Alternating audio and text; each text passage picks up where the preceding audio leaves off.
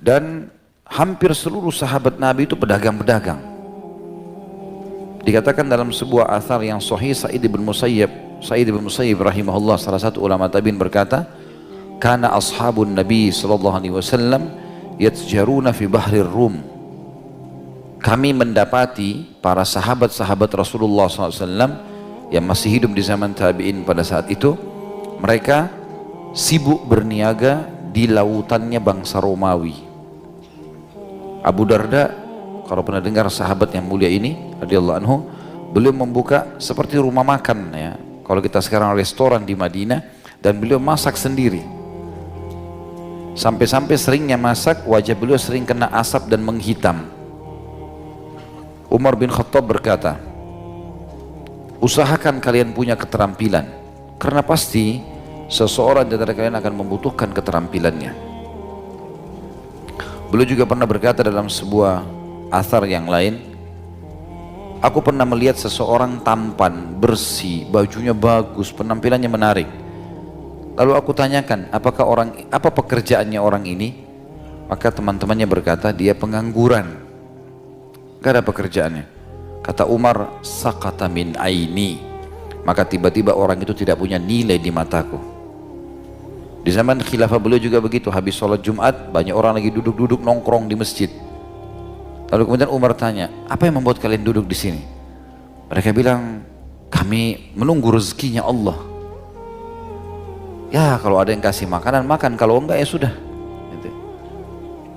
Kata Umar sambil memarahi mereka, jangan pernah mengkhayal dan melakukan perbuatan seperti ini. Kata Umar, jangan sampai kalian duduk-duduk seperti ini di masjid, kemudian berkata, ya Allah berikan aku rezeki, padahal dia sudah tahu Allah tidak pernah turunkan atau jadikan hujan itu dari emas dan perak. Saya keluar, suruh bekerja, gitu kan. Lalu beliau juga berkata dalam statement yang lain, ketahuilah, kerja keras dan tertatih-tatih dalam mengumpulkan rezeki, bekerja ya, itu jauh lebih baik daripada mengemis, mengeluh dengan orang. Juga Luqman al-Hakim, salah satu orang soleh yang disebutkan dalam Al-Quran, surah Luqman ya. Ini orang soleh sebelum kita, sebelum umat Muhammad SAW. Ada salah satu athar menyebutkan dia pernah menasihatkan anaknya, dia mengatakan, wahai anakku, carilah rezeki itu, berdagang, berusaha, cari rezeki halal. Karena tidak ada orang yang tidak melakukan itu kecuali akan tertimpa 3 hal yang berbahaya bagi dia. Yang pertama adalah riqqatu fi dinihi, dia akan lemah di agamanya. Orang yang susah, tidak mau bekerja, pengangguran, agamanya lemah sekali, bahkan bisa dibeli dengan beras, dengan gula.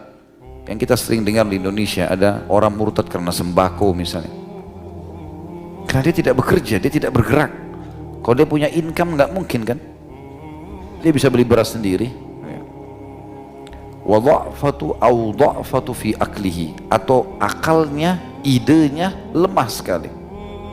Orang yang tidak punya pendapatan, tidak mau berusaha bekerja, maka idenya habis. Dia cuma berpikir, dari mana saya makan.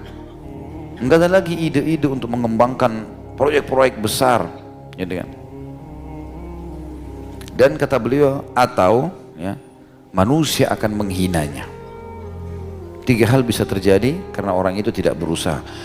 Jadi banyak sekali dalil tentu teman-teman sekalian, diantaranya hadis Bukhari yang Nabi SAW mengatakan, seseorang diantara kalian mengambil potongan-potongan tali, dia pergi ke hutan, kemudian dia mengambil ranting-ranting tersebut, lalu dia ikat dan dia pikul di pundaknya, lalu dia jual di pasar. Kata-kata di sini dijual di pasar, gitu kan, dagang. Kemudian dia hidup dari hasilnya sehingga dia tidak bergantung pada manusia, ya, itu jauh lebih baik.